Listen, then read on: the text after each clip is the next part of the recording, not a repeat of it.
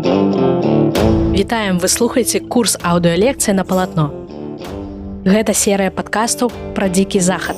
У ёй мы даследуем невядомыя тэрыторыі, легендарныя постаці і цікавыя гісторыі, якія сфарміравалі дзікі захад.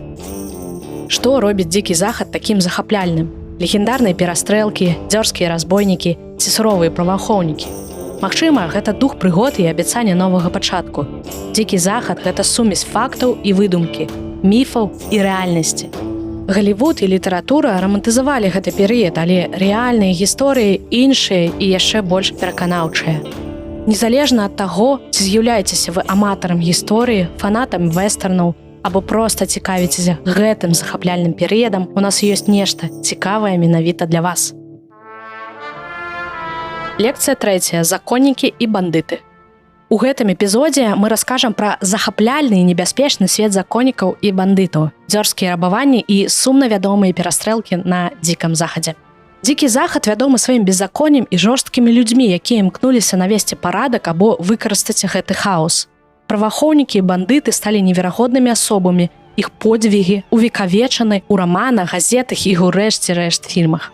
Законнікі падтрымлівалі парадак у жорсткіх умовах гарадоў. Сістэма праваахоўных органаў на дзікім захадзе значна адрознівалася ад сучасных сістэм і істотна адрознівалася ў залежнасці ад рэгіёна, перыяду часу і канкрэтных абставін кожнага горада. У гарадах заўсёды былі ці гарадскі маршал, ці шэрыф. Маршалаў прызначалі ці выбіралі. Яны займаліся расследаваннем паўсядзённых злачынстваў, крадзежы, напады і бойкі. Шэрыфы адказвалі за больш вялікія тэрыторыі, такія як акругі. Шэрыфы былі выбарнымі асобамі, часта мелі намеснікаў, іх абіралі сярод мясцовых жыхароў самі шэрыфы. У абавязкі шэрыфаў, сярод іншага, уваходзіла выдача ордэраў кіравання турмамі. Калі шэрыфам ці маршалам патрабавалася, яны фарміравалі акруговы атрад. Гэта група працаздольных мужчын, якіх часова прызначалі для дапамогі ў пераследзе і захопе злачынцаў. У раёнах, дзе фармальныя праваахоўныя органы былі слабымі або іх увогуле не было, мясцовыя жыхары бралі закон у свае рукі. Ствараліся адмысловыя групы з мясцовых мужчын, каб змагацца з бандытамі і падтрымліваць на тэрыторыі парадак. ЗША – гэта федэратыўная дзяржава, таму вядома, нават у часы дзікага захаду існавалі федэральныя праваахоўныя органы. Акрамя гарадскіх маршалаў былі федэральныя, іх прызначаў сам прэзідэнт, і яны маглі дзейнічаць па ўсёй тэрыторыі Злучаных Штатаў. А вы ведаеце пра пінкертонаў? Не, імі былі федэральныя агенты, якія падпарадкоўваліся нацыянальнаму дэтэктыўнаму агенцтву Пінкертона. Пінкертоны займаліся буйнымі расследаваннямі, рабаванні цягнікоў і банкаў, а яшчэ і арганізаванай злачыннасцю. Адным з самых вядомых законнікаў дзікага захаду быў Уайт Эрп. Ён нарадзіўся ў 1848 годзе і стаў легендай пасля перастрэлкі ў Тумстоўні, штат Арызона. Да той перастрэлкі мы хутка вернемся. Эрп быў на службе ў розных гарадах, працаваў і шэрыфам, і маршалам. У Уайта былі браты Вёрджыл і Морган. Вёрджыл таксама быў законнікам і уладкаваўся маршалам у Тумстоўні. Затым да яго пераехалі іншыя браты. Тумстоўн быў буйным горадам здабычы срэбра, прыцягваў людзей з розных слаёў грамадства, ад майнераў да бандытаў. У горадзе часта панавала атмасфера напружанасці, бандыты хацелі кантраляваць прыбытковыя здабычы, а праваахоўныя органы стараліся гэтаму перашкодзіць. З часам у братоў Эрпаў і іх сябра вядомага стралка Дока Холідэя узнік канфлікт з Клейтанамі і Маклорай. Браты Клейтаны і Маклоры былі каўбоямі, але па-за працай удзельнічалі ва ўсялякай незаконнай дзейнасці. Эрпы абвінавачвалі іх у крадзежы статкаў жывёлы, рабаванні дыліжансаў. Сітуацыя моцна абвастрылася ў кастрычніку 1881 года. Раніцай 26 кастрычніка 1881 года Айк Клейтан і Том Маклоры выпівалі ў салоне. У іх з сабой была зброя, але па правілах горада яны не маглі насіць яе. Права на зброю была толькі ў законнікаў. Таму Клейтана і Маклоры арыштаваў Вёрджыл Эрп. Забраў зброю, але хутка адпусціў. Айк і Том вярнуліся ў салон, дзе былі іх сваякі Білі Клейтан і Фрэнк Маклоры.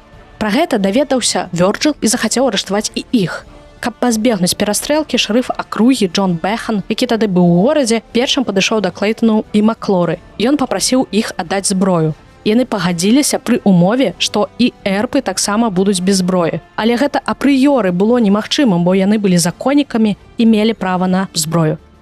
Па абедзе трое братоў Эрпаў і Док Холідэй падышлі да пустара за салунам, дзе сустрэліся з бандытамі. Перастрэлка цягнулася ўсяго 30 секунд. У страляніне загінулі Білі Клейтон, Фрэнк Маклоры і іх сябр Білі Клейбор. Цікава, што пасля гэтага шэрыф Бэхан арыштаваў удзельнікаў і, па яго словах, эрпы проста расстралялі Клейтона, Маклоры і Клейборна. А тыя ўсяго лишь стаялі з паднятымі рукамі. Суд апраўдаў эрпаў і Холідея. Казалі, што суддзя быў у нейкім сваяцтве з эрпамі, але на той час гэта было не такім важным. Тым не менш, 30-секундная перастрэлка ў Тумстоўне стала адной з самых вядомых у амерыканскай гісторыі. Вось як тую гісторыю спамінаў сам Уайт Эрп. Я пайшоў у якасці намесніка маршала, майго брата Вёрджыла, каб дапамагчы разброіць каўбою, якія пагражалі расстраляць горад. Мы ведалі, што будуць праблемы, але нашым абавязкам было падтрымаць парадак і абараніць жыхароў Тумстоўна. Калі мы сутыкнуліся з імі, то яны пайшлі за зброяй, і ў нас не было іншага выбару, акрамя як абараняцца. Гэта было трагічнае, але неабходнае дзеянне, каб адстаяць закон. Яшчэ адным вядомым законнікам быў дзікі Біл Хікок. Пры нараджэнні яго звалі Джеймсам Батлерам Хікакам. У праваахоўныя органы ён прыйшоў пасля службы ў арміі падчас грамадзянскай вайны. Хікок не толькі абараняў закон у гарадах дзікага захаду, але яшчэ вельмі любіў азартныя гульні. Свой легендарны статус у тыя часы ён замацаваў дзякуючы паспяховым удзелам у перастрэлках і сваёй драматычнай смерцю ў Дэдвудзе за картачным сталом. Хікака застрэлілі падчас гульні ў покер, але ўсё адбылося вось як. У адзін са жнівеньскіх вечароў 1876 года Дзікі Біл адпачываў у салоне Дэдвуда. За картачным сталом гулялі ў покер, і адзін з гульцоў, Джек Маккол, прайграўся, таму замест яго сеў Хікак. Пасля Хікак прапанаваў Макколу аплаціць яго вячэру, бо пашкадаваў хлопца. Маккол прыняў прапанову, але пакрыўдзіўся, бо лічыў, што яго падманулі ў покер і абразілі прапановай даць грошай на ежу. Наступны вечар Дзікі Біл таксама праводзіў у салоне.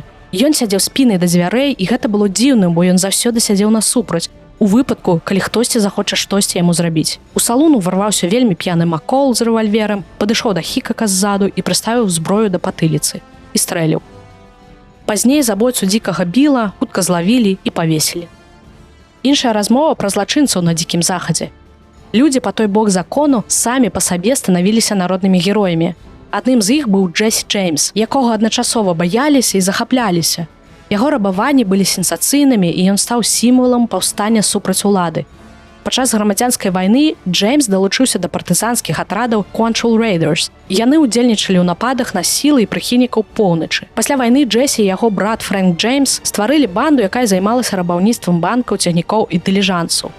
Злачынствы банды траплялі ў загалоўкі амерыканскіх газет, і бандытаў часта разглядалі як Робін Гудаў, хаця іх матывы былі далёкія ад альтруістычных. Джесі Джеймсу было 19 гадоў, калі ён упершыню абрабаваў банк. Яго банда сышла з кушам $60 000. Адным з самых вядомых інцыдэнтаў банды стала неўдалае рабаванне банку ў Нортфілдзе. Супраць бандытаў адбіваліся гараджане. У гэтай сутычцы загінула частка банды, а браты Джеймс ледзь выратаваліся. Джеймс загінуў у 1882 годзе, калі яго застрэліў член яго ўласнай банды Роберт Форд, які спадзяваўся атрымаць за гэта ўзнагароду. Форд забіў яго стрэлам у патыліцу, калі Джеймс папраўляў малюнак на сцяне свайго дома. Акт здрады Форда стаў не менш легендарным, чым асоба забітага Джесі Джеймса. Яшчэ адным легендарным бандытам быў Білі Кід. Насамрэч яго звалі Генры Маккарці. Пазней ён неаднаразова мяняў імёны, але стаў вядомы як Білі Кід. Упершыню Білі арыштавалі ў 15 гадоў за крадзеж адзення з кітайскай пральні, а неўзабаве пасля гэтага ён уцёк з турмы. Пазней ён быў уцягнуты ў знакамітую вайну акругі Лінкальн. Канфлікт паміж фракцыямі, якія змагаліся за эканамічны кантроль рэгіёна. Білі Кід стаў на бок групы, якая выступала супраць карумпаваных бізнесменаў Лоуренса Мёрфі і Джеймса Долана. Білі Кід быў вядомы сваімі дзёрзкімі ўцёкамі. Адным з самых вядомых стаў пабег з турмы суда акругі Лінкальн у 1881 годзе. Падчас уцёкаў ён забіў 2 намеснікаў шэрыфа Джеймса Белла і Боба Олінгера. Білі Кіда злавіў шэрыф Пэт Гаррет, але той змог уцячы з турмы да таго, як яго павесілі. Пэт Гаррет паляваў за Кідам год. Летам 1881 года Гаррет знайшоў яго ў доме аднаго з сяброў і забіў. На момант смерці Білі Кіду быў 21 год. Легенда пра Білі Кіда нарадзілася ўжо пасля яго смерці. Яе падсілкоўвалі расказамі пра тое, што ён, магчыма, мог выжыць пасля кулі ад Гаррета, Цікава, што ў 2010 годзе губернатар штата Нью-Мексіка Білл Річардсон разглядаў пытанне пра пасмяротнае памілванне Білі Кіда за забойства шэрыфа Уільяма Брэйдзі. Менавіта за гэтае злачынства Пэт Гаррэт шукаў хлопца. Усё грунтавалася на тым, што тагачасны губернатар Хью Уоллес паабяцаў памілванне Кіду ў абмен на сведчанне, але яно і так не было дадзенае. Спрэчка наконт памілвання Білі Кіду працягваецца дагэтуль. Яшчэ адным легендарным персанажам стаў Роберт Лерой Паркер, вядомы як Буч Кэссіді. Паркер быў старэйшым з 13 дзяцей у сям'і мармонаў. Ён сышоў з дому падлеткам, каб працаваць на ранчы і ў шахтах, і ў выніку трапіў на бойню. Яго настаўнікам быў жывёлавод і пагоншчык Майк Кэссіді. У гонар яго і была ўзятая частка імені, а Буч дадалася да імя падчас працы мясніком. Буч Кэссіді стаў займацца крымінальнай дзейнасцю і стварыў банду Wild Bunch. Банда займалася рабаваннямі цягнікоў і банкаў з канца 1890-х і пачатку 1900-х. Банда старанна планавала свае злачынствы і часта выкарыстоўвала дынаміт для доступу да сейфаў. Для сховішча нарабаванага яны выкарыстоўвалі некалькі спецыяльных месцаў. Там яны і хаваліся ад законнікаў. У Кэссіді, як і ў іншых злачынцаў на Дзікам Захадзе, была рэпутацыя Робін Гуда. Ён меў славу добрасардэчнага чалавека і пазбягаў непатрэбнага гвалту.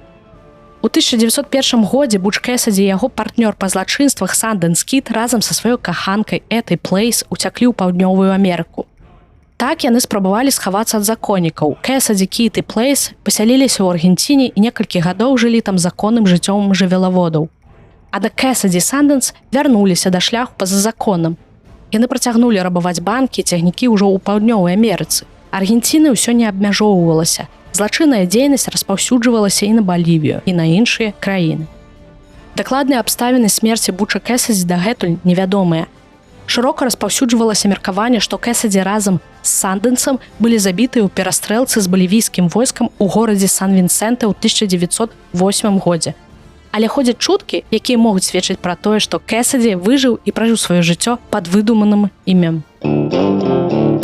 Адносіны паміж законнікамі і бандытамі стварала напружаную і небяспечную абстаноўку ў гарадах Дзікага Захаду. Адсутнасць наладжанага ўзаемадзеяння праваахоўных органаў, наянасць гарадоў, у якіх рэзка з'явілася шмат грошаў пасля перагону жывёлы, зрабілі населеныя пункты гатовымі да ўзброеных канфліктаў. Вельмі часта многія законнікі самі былі па-за законам або мелі сумнеўнае мінулае. Дзякуй, што былі з намі, вы слухалі эпізод нашых лекцый «Кароткая гісторыя Дзікага Захаду» пра законнікаў і бандытаў. У наступным эпізодзе мы раскажам пра галоўную трагедыю эпохі Дзікага Захаду, як складвалася гісторыя карэнных амерыканцаў пасля экспансіі на захад.